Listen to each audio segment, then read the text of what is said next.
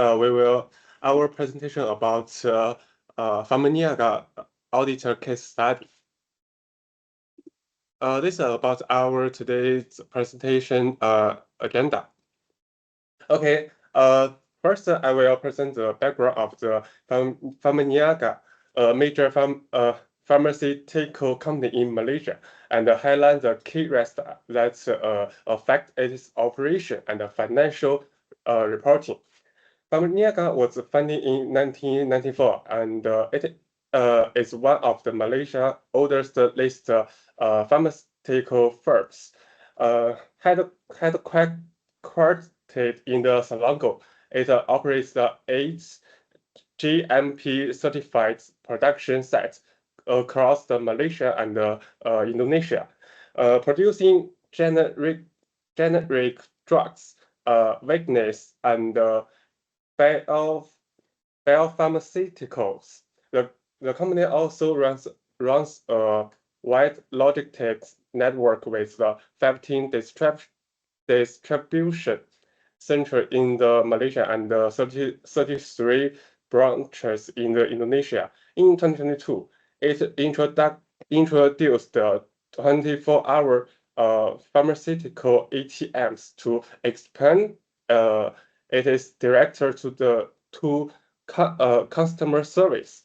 Famaniaga is a main logistic provider for Malaysia's Ministry of the Health, managing over 700 products. This government contracts give the company a stable revenue base. Okay. However, after COVID-19, vaccine demand dropped sharply. This led to the 552 million ringgit inventory impairment in 2022, and a net loss of the 605 million ringgit, causing the company to be classified as the PN17 or financial distress. Famaniaga is a new restriction investing in the vaccine and insulin production, expanding into in Indonesia and China, and aiming to the return to portfolio ability by 2022 and all 2025. Okay. There are two types of the auditor-related risk: inherent risk and external risk. Inherent risks including inventory valuation. The large impairment in 2022 rely on the management's assumptions about the demand and experience. It makes the valuation highly subjective and prone to the misstatements. The second one is the customer concentration. Famaniaga relies highly on the Ministry of the Health. Any future change in the government policy or contract terms may seriously affect the company's cash flow. Another one is external risks included. The first one is regulatory risks. The pharmaceutical industry faces strict local and international laws. Failure to the company can lead to the fines, recalls, and reputational harm. ESG non-compliance, such as poor carbon disclosure and workplace safety, can also damage the company's image. Financial and macroeconomic risks. In 2022, the company had a negative operating cash flow of the 16.2 million ringgit and raising interest costs. It also fixed exchange rate risk. Due to the rely on the important real materials. That's all for my part. Thank you. Okay, let's look at control and fraud risks, which are closely connected in this case. First, regarding control risks, the company relies heavily on its ERP system. While this system helps managing operations, it also creates risks. If user access is not properly restricted, Unauthorized people could change financial data or approve transactions they shouldn't. That's a major concern. Another weak point is the procurement to payment process. Pharmaniaga handles large amount of pharmaceutical purchase, but the duties are not well separated. If one person can both make a purchase and approve payment, that increases the risk of fraud and fake vendor being created. Next is for risks. After being classified as a PN17 company, is suffering a huge net loss of ringgit 664.4 million. The management may feel pressure to show better numbers. This could lead them to overstate revenue or delay employment recognition. Also, the company used many subjective estimates in its financial reporting, like inventory value and expected credit losses. This can be easily manipulated under pressure, especially if there is weak oversight. In short, weak control and financial stress together raise the risk of fraud and material misstatement. Next page. Okay, so now I'll talk about some of preliminary audit recommendations.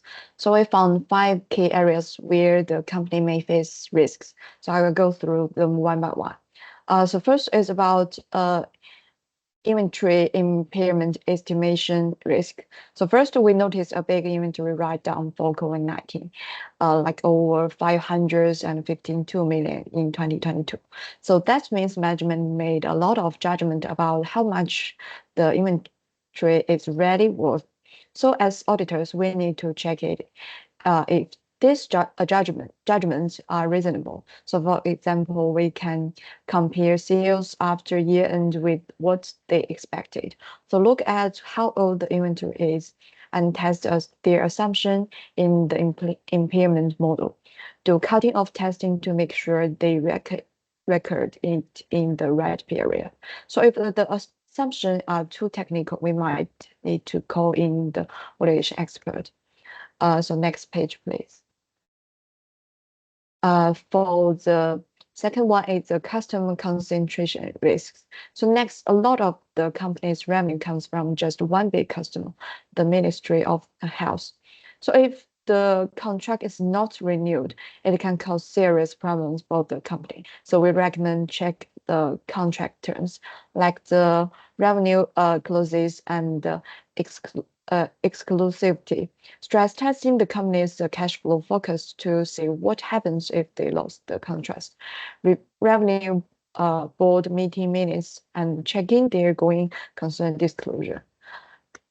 Next page, please. So for ERP and procurement control weakness, now let's look at internal controls, especially in the ERP system and procurement process. We found that some users may have too much access in the system, so there is not enough segregation of duties. One person can both make purchase and approve the payment. That's risky. So we suggest checking users' access settings and testing samples transaction to see if the was proper, and making sure there are no fake vendors or system overrides. For the fraud risk from financial procedure, like in 2022, the company had a big net loss and was classified as a PN17 company. So this means they are under strong financial pressure, and that may increase the risk of fraud or earning manipulations. So we should review accounting estimates like inventory or bad debt provision, or do the retrospective to testing to check if past estimates match actual results, analyze year-end journal entries to find strange adjustment, and use data analytics to find approval transaction patterns. And the next page, please. So the last legal, regulatory, and ESG compliance risks. So lastly, as pharmaceutical and logistic companies, this company faces many compliance risks. We recommend like checking if the company has an update compliance register, talking to legal and compliance officer to find any recent issues or penalties, review ESG disclosures such as emission and health data to make sure they are backed by documents. So to sum up, we identified 5 key areas of risk and provide suggestions to reduce these risks. So this recommendation will help us design a more focused and effective audit. Okay, next one, please. Okay, here is the part C. In this case, to answer the key questions.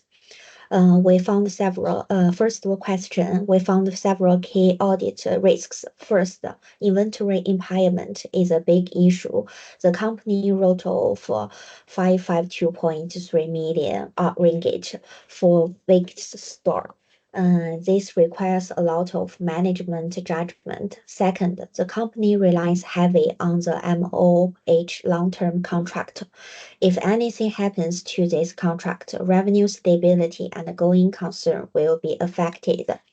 Then the control weaknesses were found in ERP access and procurement, which may allow unauthorized transactions or management override, and PN17 status and big losses make fraud risk higher.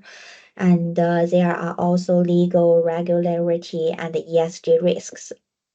Then to address these risks, auditors should do something. Answer the question 2 for inventory impairment, check management's model, sales forecast, disposal value, verify actual sales and inventory aging. Perform year-end cutoff testing and involve specialists if necessary.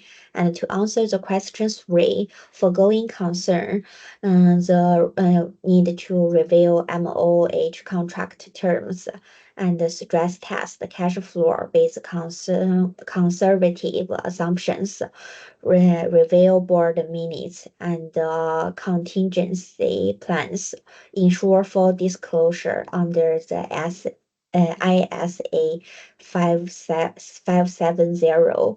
Next, please. And we identify two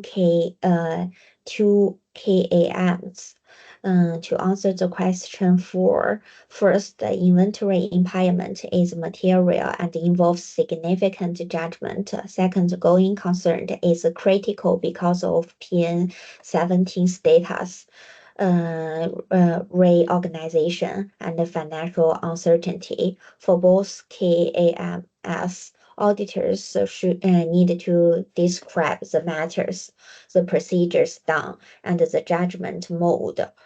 Regarding fraud risk, auditors should now answer the question 5. Review the bureau estimates for management bias. Test the journal entire, especially near year end, and use data analytic to spot abnormal transactions and assess governance oversight, and check segregation of duties in procurement and payment. That's all my part. Let's look at reflective summary. The key learnings, there have 3 points. One is audit risks must align with the client's business model. The second is procedures or subjective estimates require target testing. The last is PN17 classification intensifies focus on forward and going concern risks. The practical insights have 2 points. Professional skepticism is critical for challenging measurement assumptions. The last is evidence gathering should integrate contract documents, session logs, and expert options. Next page. So thank you for your guidance.